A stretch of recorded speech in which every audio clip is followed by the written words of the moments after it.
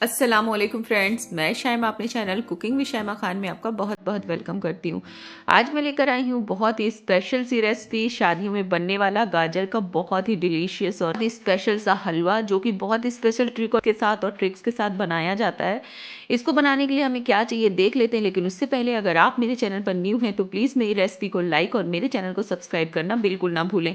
आप में बनाया जाता है और सबका मोस्ट फेवरेट होता है। तो यहाँ पर चलिए बनाते हैं पहले गाजर का हलवा। गाजर का हलवा बनाने के लिए सबसे पहली टिप ये है कि आप जब भी गाजर का हलवा बनाएं तो हमेशा जितनी गाजर हो उससे बड़े बर्तन का इस्तेमाल करें और मोटे तले के बर्तन का इस्तेमाल करें। तो यहाँ पर मैंने सबसे पहले गाजर को अच्छी तरह छील लिया है धोकर, और फिर उसमें कद्दूकश कर लिया। यहाँ पर मैं 5 किलो गाजर के हलवे की रेसिपी बता रही हूँ, जो कि परफेक्ट मेजरमेंट के साथ होगा। तो यहाँ पर मैंने कढ़ाई में कद्दूकश करके गाजर को ऐड कर लिया है और मोटे तले की और बड़ी कढ़ाई ली है। इससे ये फ़ायदा होगा कि हमें बहुत चलाना नहीं पड़ेगा हलवे को, और ना ही इसमें नीचे हलवा लगेगा, और बहुत ही आसानी के साथ बनकर तैयार हो जाता है। तो यहाँ पर मैंने एक बॉयल किया हुआ दूध 2 लीटर्स यहाँ पर मैंने फुल फैट मिल्क ऐड कर दिया है, और इसे हमने अच्छी तरह मिक्स कर दिया है। मिक्स करने के बाद हमें इसे थोड़ी देर अच्छी तरह से चलाना है।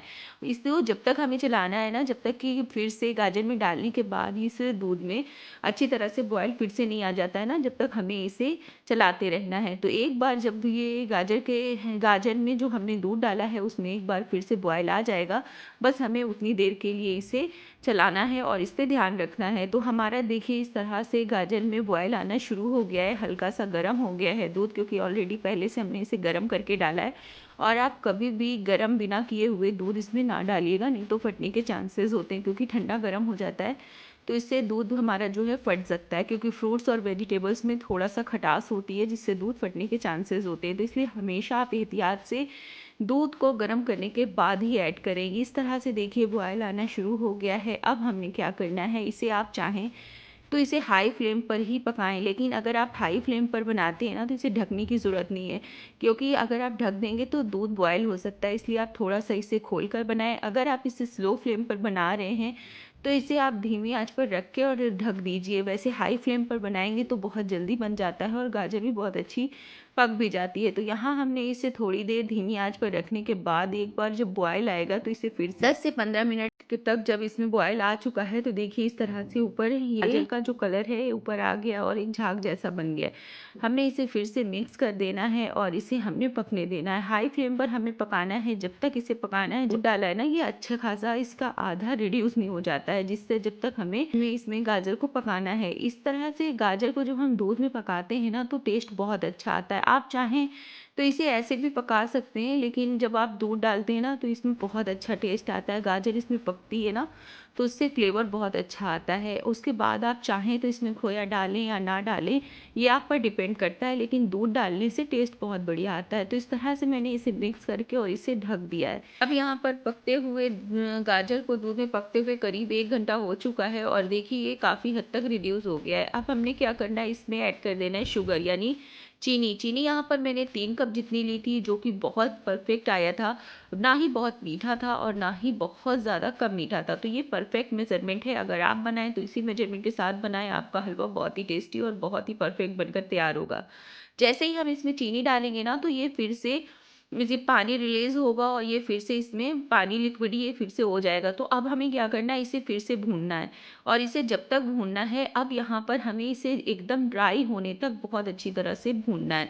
हाई फ्लेम पर ही हमें भूनना है, क्योंकि हमें बहुत चलाने की इसमें ज़रूरत नहीं है। जब मोटे तले की कढ़ाई होगी ना तो आपको बार बार चलाने की ज़रूरत बिल्कुल भी नहीं पड़ेगी, और इसी तरह वो पकने दीजिए। और दूध है, दूध अगर हम हल्की कढ़ाई में रखेंगे ना तो बहुत जल्दी लग जाता है, लेकिन भारी तले की कढ़ाई में बिल्कुल नहीं लगता, और खुले मुँह के बर्तन में बनाने से ना पानी भी बहुत जल्दी कम हो जाता है। तो देखिए इस तरह से काफ़ी हद तक पानी जो फिर से रिलीज़ हुआ था वो भी ड्राई हो चुका है। लेकिन अब यहाँ पर हमें क्या करना है, इसे बहुत अच्छी तरह से भूनना है, और जब ये भून जाएगा ना तब हमने क्या करना है, इसमें ऐड कर देना है प्योर घी का। प्योर घी आपने ऐड करना है। तो यहाँ पर मैंने 1 कप जितना देसी घी लिया था जिसे इसमें ऐड कर दिया। अभी इसमें आधा मैं अभी ऐड करके इसे अच्छी तरह मिक्स कर दूँगी।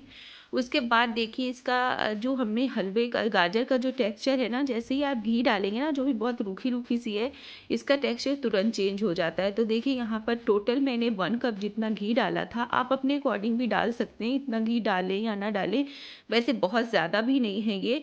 5 केजी जब हम बना रहे हैं हलवा तो उसके लिए 1 कप घी जाएगा ही जाएगा, तो बहुत ज़्यादा भी नहीं है और ना ही बहुत कम है, बिल्कुल परफेक्ट है।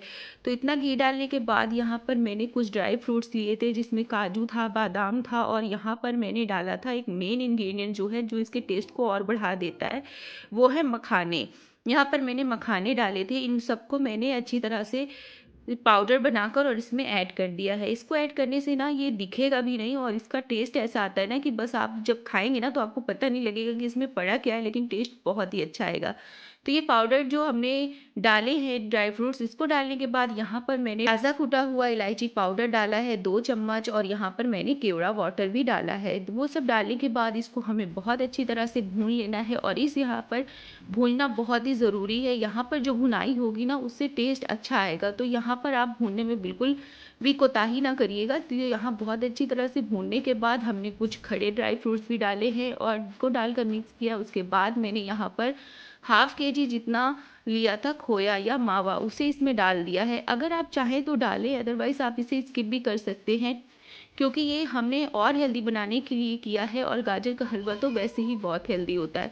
तो आप ये सारी चीज़ें डालेंगे तो भी अच्छा है, नहीं डालेंगे तो हमारा गाजर का हलवा बिल्कुल डिलीशियस भी होगा और बहुत ही हेल्दी बनकर तैयार हो चुका है। तो एक बार मेरी रेसिपी से ज़रूर ट्राई करिएगा।